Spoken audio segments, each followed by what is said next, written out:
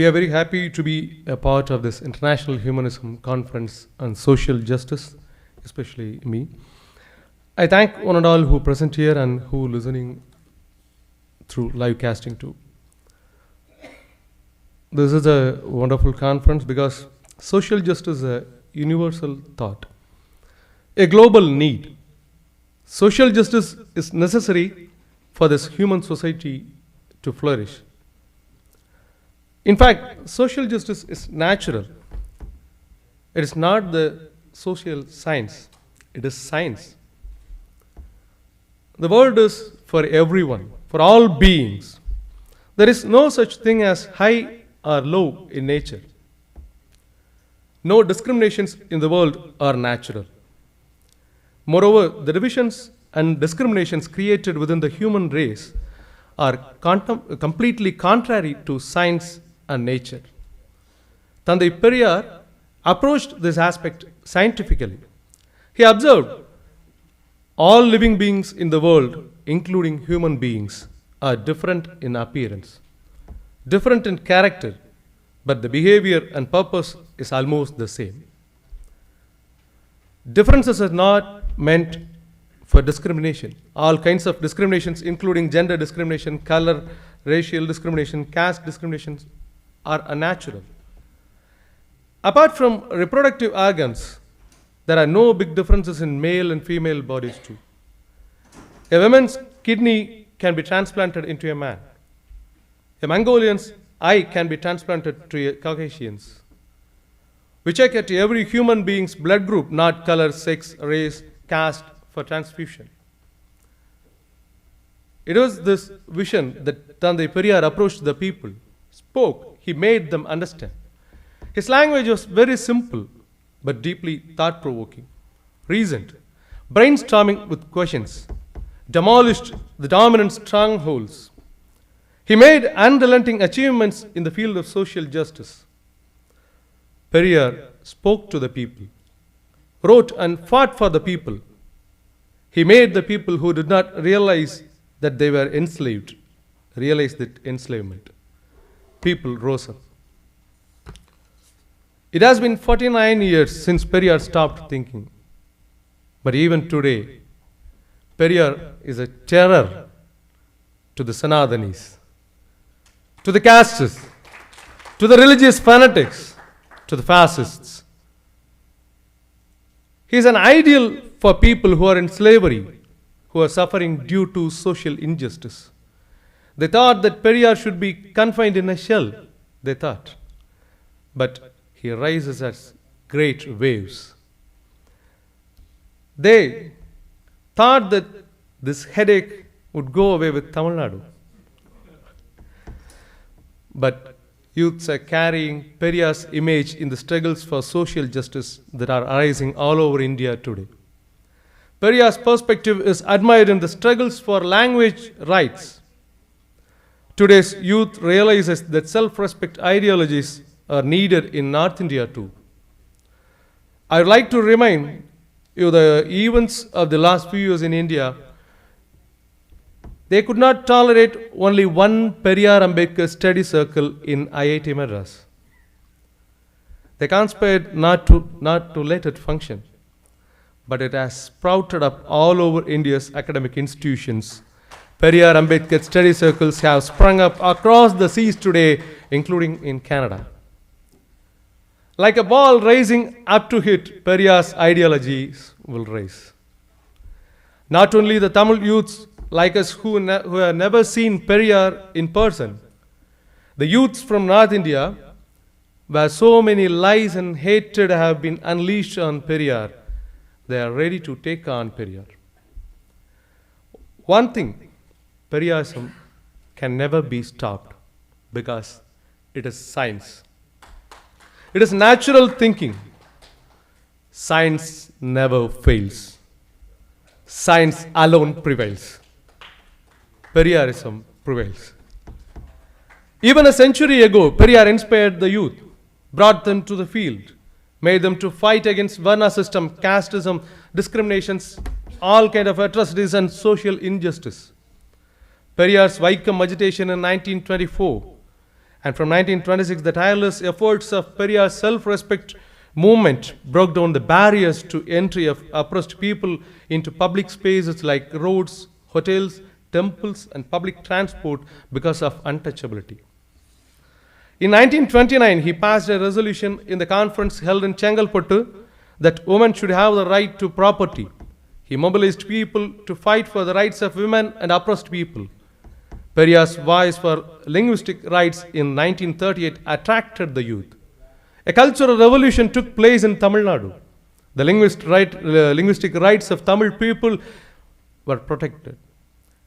In 1950, when social justice was crushed under the Indian Constitution, Periyar called the youth. Tens of thousands of young people rose up. Protests were held all over Tamil Nadu. It was Periyar's voice from Tamil Nadu that ensured reservation in education and employment for the downtrodden across India. The Constitution of India was amended for the first time by a man who had never entered the Legislative Assembly or the Parliament. More than 10,000 people participated and were arrested in 1957 when he started the agitation of burning the Indian Constitution to abolish caste. 3,000 people were sentenced to rigorous imprisonment for burning a paper on which caste protection articles on the Constitution were written. A simple paper, not even a Constitution book. 18 protesters died inside and outside the jail.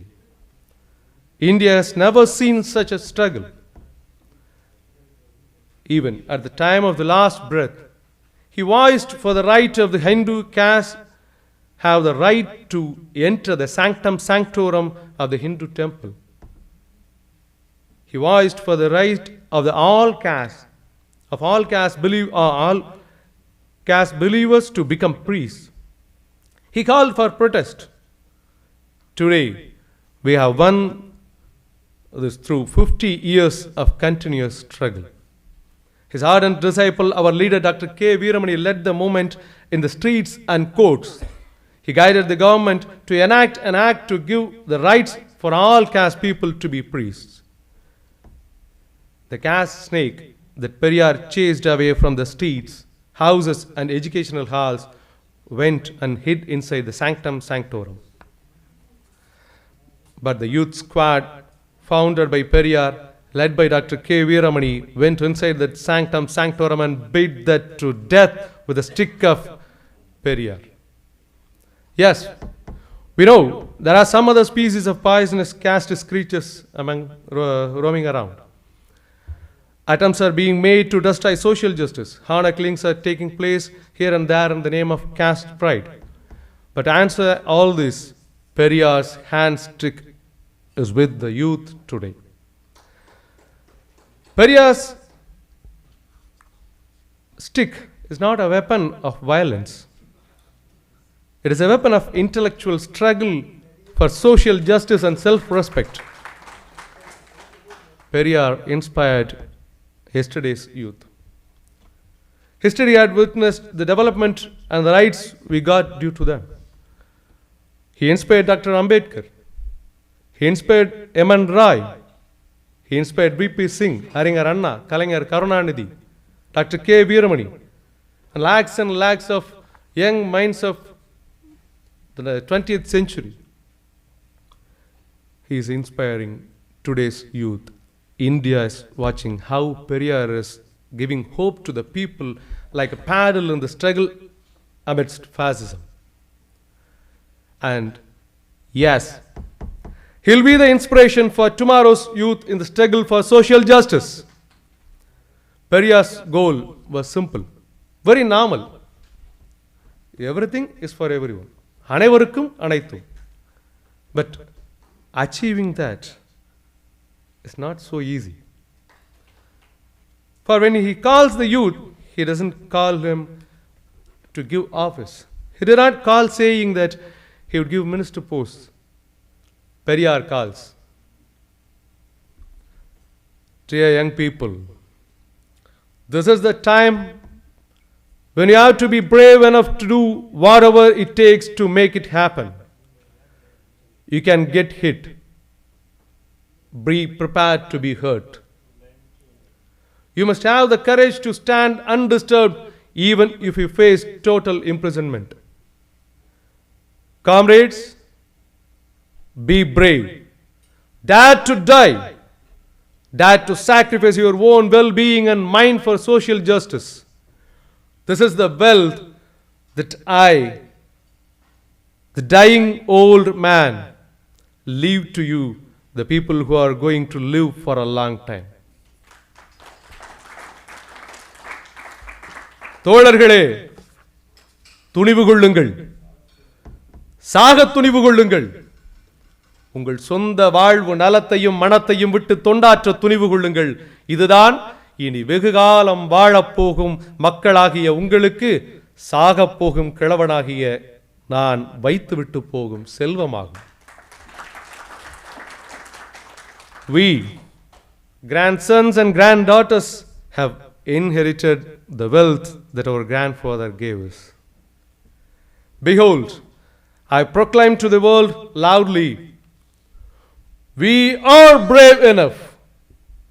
We dare to die, dare to sacrifice our own well-being to defeat casteism, to defeat religious fanaticism, to defeat fascism, and to champion social justice, to bring humanism in the path of Periyar, in the path of Baba Sahib Dr. Ambedkar, in the path of Martin Luther King Jr., in the path of Dr. K. Veeramani, and all other human rights pioneers, forerunners of humanism, stalwarts of social justice.